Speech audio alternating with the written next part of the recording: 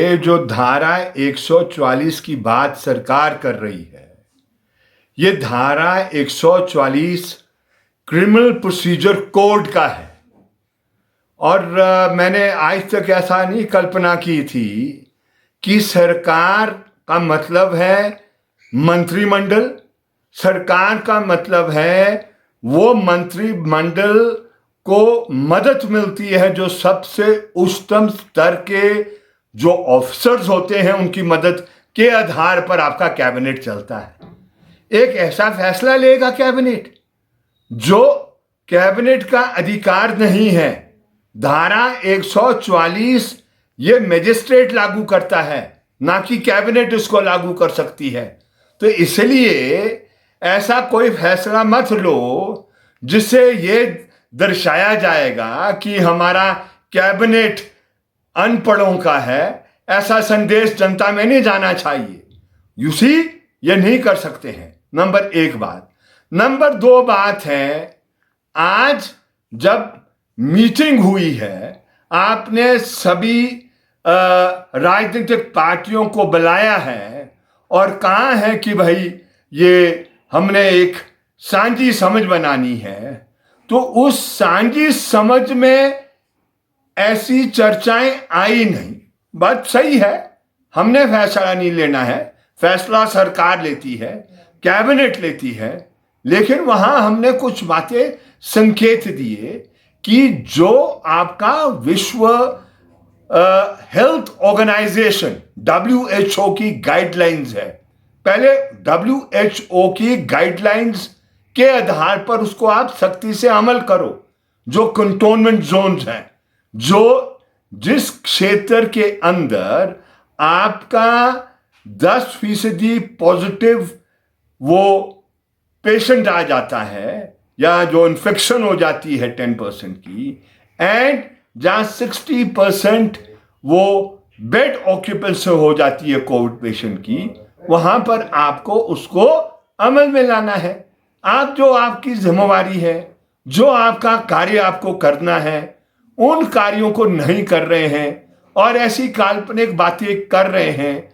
जब आप इस तरीके की काल्पनिक बातें करोगे वो सही संकेत नहीं होंगे। आज आप फैसला लेते हैं, दूसरे दिन आप बदल देते हो, परसों कुछ और नई बात आप कर लेते हो। ये अच्छे संकेत एक अच्छी सरकार के नहीं जाते हैं, ऐसा हमारा मानना है। जब आप सबकी मदद लेना चाह रहे हैं तो आप कंसेंसस के आधार पर आपको ऐसी आपातकालीन परिस्थिति का मुकाबला करने की जरूरत है। ऐसा मैं समझता हूं कि आने वाले दिनों में हमारी सरकार करे, यही हम बात इस समय कह सकते हैं। और एक बात क्लियर हो जाए, जब आप ऐसा कर रहे हैं तो जो उससे इफेक्ट होंगे उसको आप सपोर्टिव सिस्टम देना पड़ेगा। लॉकडाउन अगर हो जाता है तो जो उस लॉकडाउन के जरिए जो जिसका रोजगार वंचित होता है उस सब को रोजगार के बदले में आपको मदद करनी है, राशन के रूप में करनी है। और वही नहीं करनी है उस सेक्शन को छोड़कर जो सेक्शन आपका इनकम टैक्स पे ही है, सबके खाते में आपको पैसा डालना है, तब वो लॉकडाउन सफल होता है। अगर किसी को सोचना है कि शाम को मेरा चूल्हा किस तरीके से चलेगा और जलेगा और मेरे घर के अंदर पेट की रोटी का इंतजाम किस तरीके से होगा, वो आपके लॉकडाउन की परवाह नहीं करेगा, वो तोड़ेगा, उल्लंघना करेगा। इंसान की प्रवृत्ति होती है जिंदा रहने के लिए, वो हर किस्म के कार्य को करने के लिए तैयार हो जाता है। मजबूरी में ना जाने वो क्या क्या करने की उसको वो हालात मजबूर करता है, उसका उल्लेख मैं करना नहीं चाहता हूं। सरकारें खुद समझदार है उस मामले को लेकर।